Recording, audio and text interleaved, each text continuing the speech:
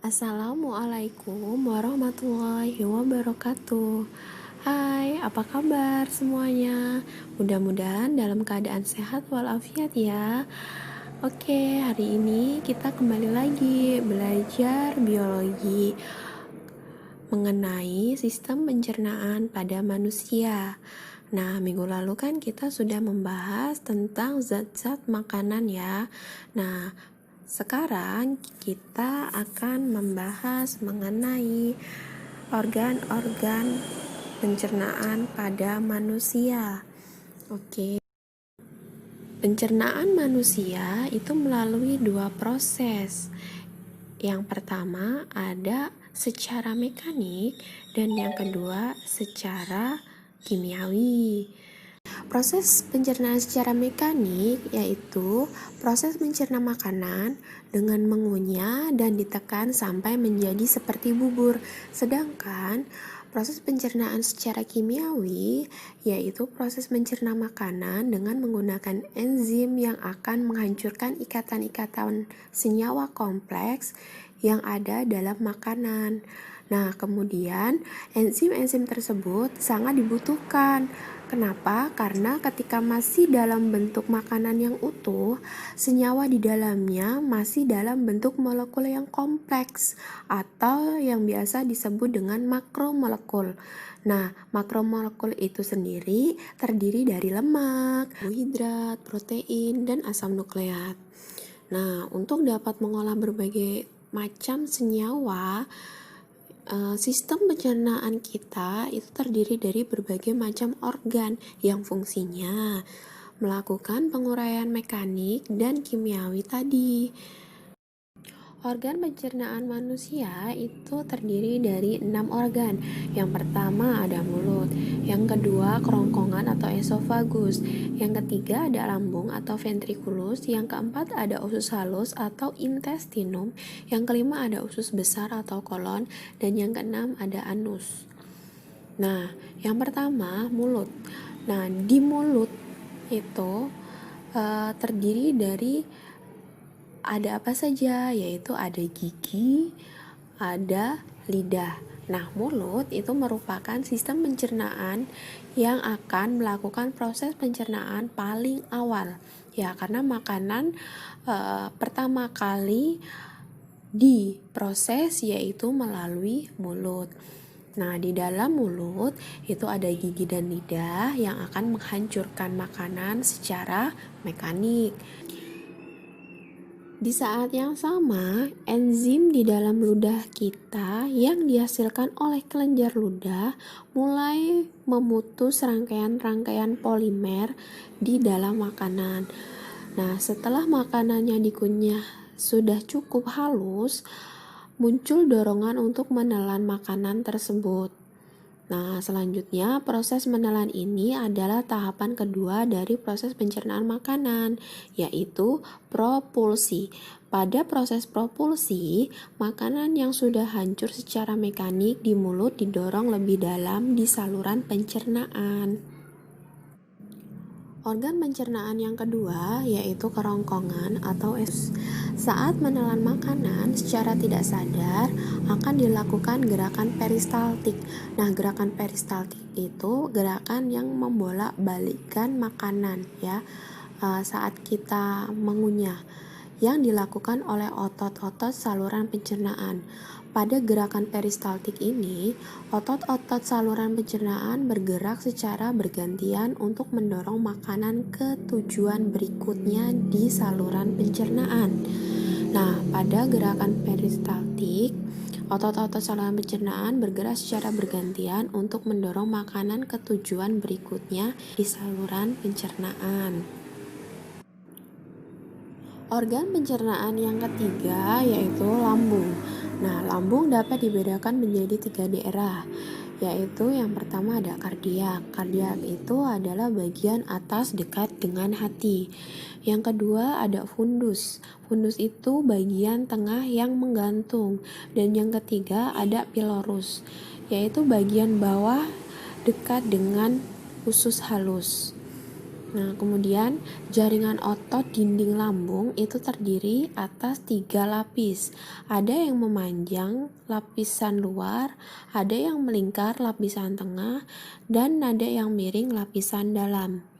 Kalau otot berkontraksi menyebabkan makanan di dalam lambung teraduk atau saling bergesekan dan terbentuklah bubur yang disebut dengan kim.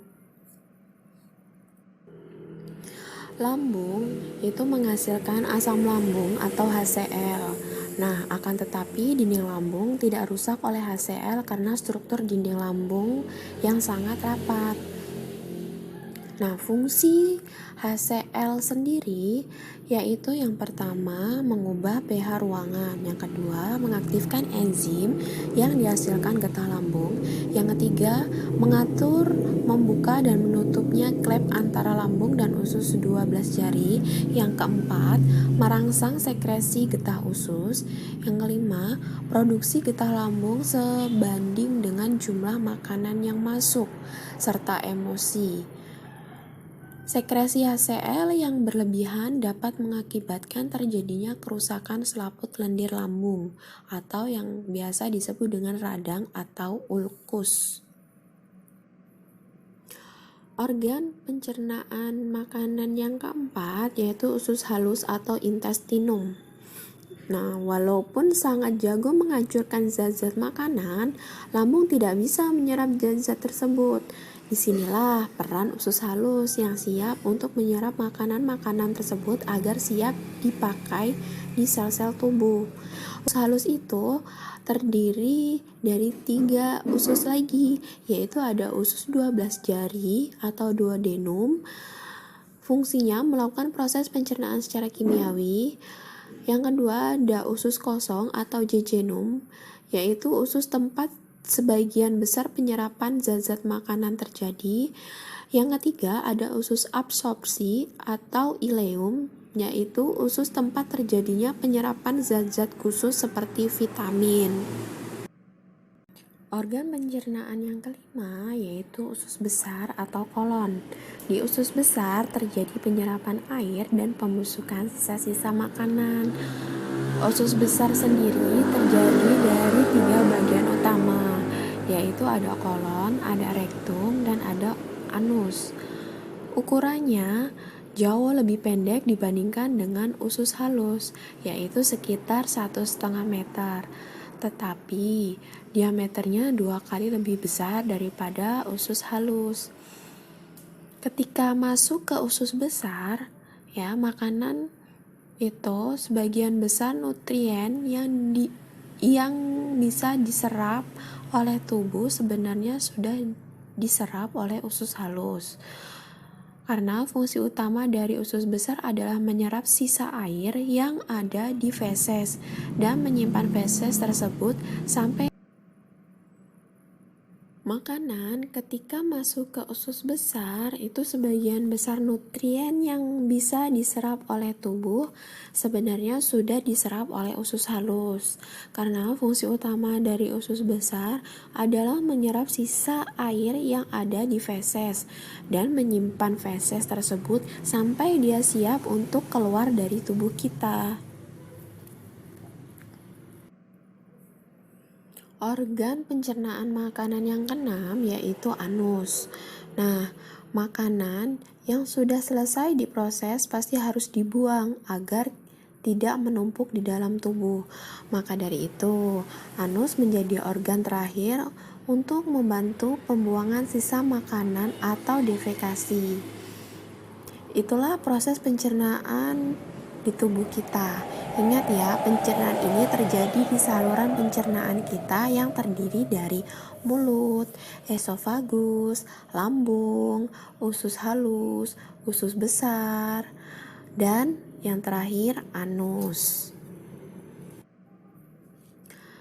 Selanjutnya, gangguan pada sistem pencernaan pada manusia. Nah, Beberapa di antaranya yaitu yang pertama ada diare, yang kedua ada gastritis, yang ketiga ada emah, yang keempat ada konstipasi atau sembelit, yang kelima ada hemoroid atau wasir, yang keenam ada apendisitis. Apendisitis yaitu radang umbai cacing. Dan yang ketujuh ada tuka lambung. Gimana? Mudah bukan? Ya, terima kasih untuk materi hari ini. Mudah-mudahan apa yang saya sampaikan dapat menjadi bekal ilmu kalian. Itulah tadi pemaparan materi dari saya. Mudah-mudahan apa yang saya sampaikan dapat dipahami. Terima kasih untuk pertemuan kita hari ini. Saya akhiri. Wabillahi taufiq wal hidayah. Assalamualaikum warahmatullahi wabarakatuh.